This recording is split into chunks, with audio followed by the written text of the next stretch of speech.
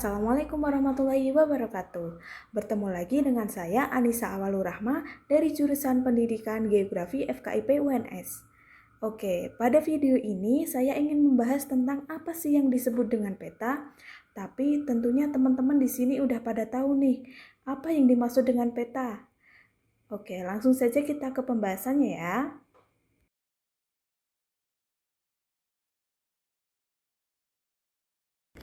Nah, yang pertama adalah pembahasan dari peta itu tersendiri.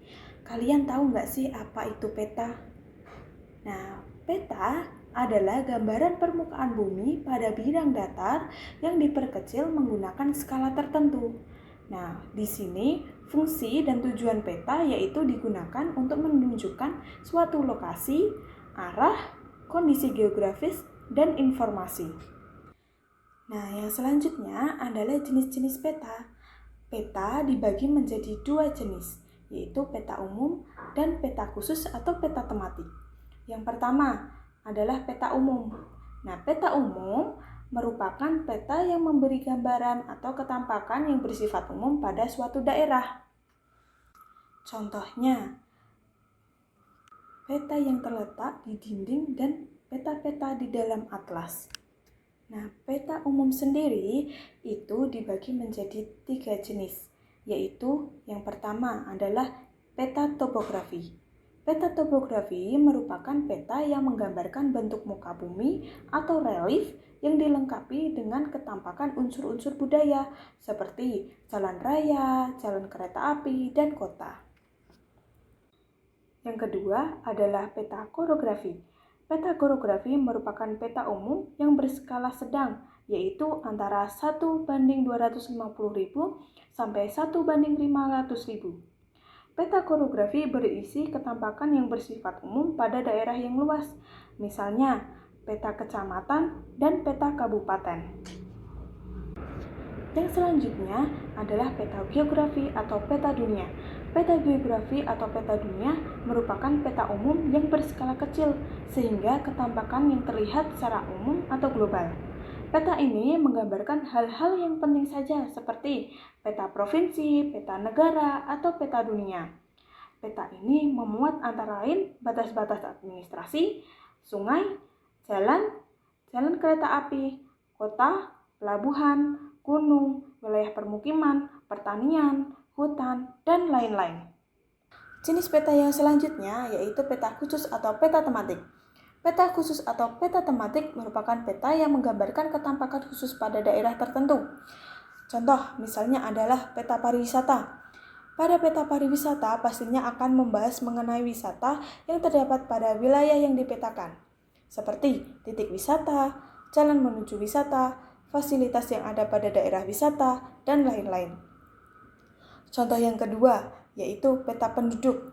Peta penduduk menggambarkan data-data penduduk pada suatu daerah, misalnya jumlah penduduk yang ada pada daerah tersebut.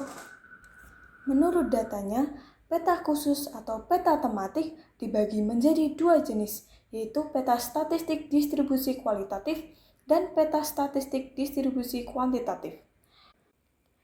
Peta statistik distribusi kualitatif itu datanya digambarkan dengan kategori atau kelas tanpa menggambarkan angka atau persentase. Sedangkan peta statistik distribusi kuantitatif menggambarkan kelas data pada peta menggunakan angka atau persentase. Pada suatu peta, pastilah mengandung informasi umum pada peta tersebut, yaitu unsur-unsur peta. Unsur peta yang pertama adalah judul. Judul peta menggambarkan isi dan tempat daerah yang digambarkan. Judul ditulis dengan ukuran huruf yang relatif besar. Sehingga dengan melihat judul peta akan diketahui dengan cepat apa yang tergambar dalam peta tersebut. Contohnya, peta SDA. Peta SDA pastinya akan membahas tentang sumber daya alam yang ada pada daerah tertentu. Unsur yang kedua adalah petunjuk arah mata angin. Petunjuk arah mata angin adalah tanda pada peta yang menunjukkan arah utara, timur, selatan, dan barat daerah yang digambarkan. Kemudian yang ketiga adalah skala pada peta. Skala pada peta adalah angka yang menunjukkan perbandingan antara jarak pada peta dengan jarak sebenarnya.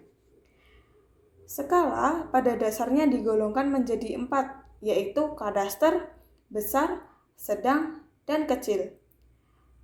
Kadaster adalah skala yang berukuran 1:100 sampai 1:5000. Kemudian, skala besar adalah skala yang berukuran 1:5000 sampai 1:250.000. Dan skala sedang itu 1:250.000 sampai 1:500.000. Dan skala kecil yaitu berukuran 1:500.000 sampai 1:1 juta. Berdasarkan bentuknya, skala dibagi menjadi 3 jenis, yaitu yang pertama, skala numerik. Skala numerik merupakan skala peta yang dinyatakan dengan jenis angka atau bilangan pecahan. Contohnya, 1:500.000. Kemudian yang kedua adalah skala grafis atau skala garis. Skala garis adalah skala peta yang dinyatakan dengan gambar atau garis. Skala ini menunjukkan tiap ruas pada peta. Kemudian yang selanjutnya adalah skala verbal. Skala verbal adalah skala peta yang dinyatakan dengan tulisan. Contohnya, 1 cm sama dengan 1000 meter. Kemudian yang selanjutnya adalah simbol dan legenda. Dalam menggambarkan peta diperlukan simbol atau lambang untuk menyampaikan maksud yang digambarkan dalam peta. Simbol-simbol yang digunakan dalam peta antara lain yang pertama adalah simbol titik. Simbol titik dapat digambarkan dalam berbagai bentuk dan ukuran. Nah, pada simbol titik ini dapat digunakan untuk menandai letak kota, pelabuhan, bandara, makam, candi, bangunan, dan lain-lain. Yang selanjutnya adalah simbol garis. Simbol garis dapat dibuat tebal, tipis, terputus-putus, dan sejajar.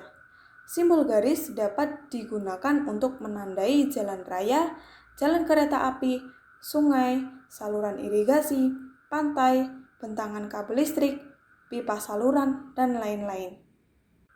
Yang ketiga ada simbol luasan. Simbol luasan dapat digunakan untuk melambangkan ketampakan di permukaan bumi. Misalnya, untuk menandai wilayah hutan, dataran rendah, daerah pertanian, atau perkebunan, padang rumput, gurun, rawa, dan laut. Selanjutnya yaitu simbol warna. Simbol warna dipakai untuk menambah variasi pada simbol-simbol yang lain. Simbol warna dapat dibagi dalam bentuk simbol titik, simbol garis, dan simbol daerah. Simbol warna digunakan untuk menandai atau melambangkan daerah permukiman dengan warna coklat. Kemudian dapat juga untuk menandai suatu daerah hutan dengan warna hijau, dan seterusnya.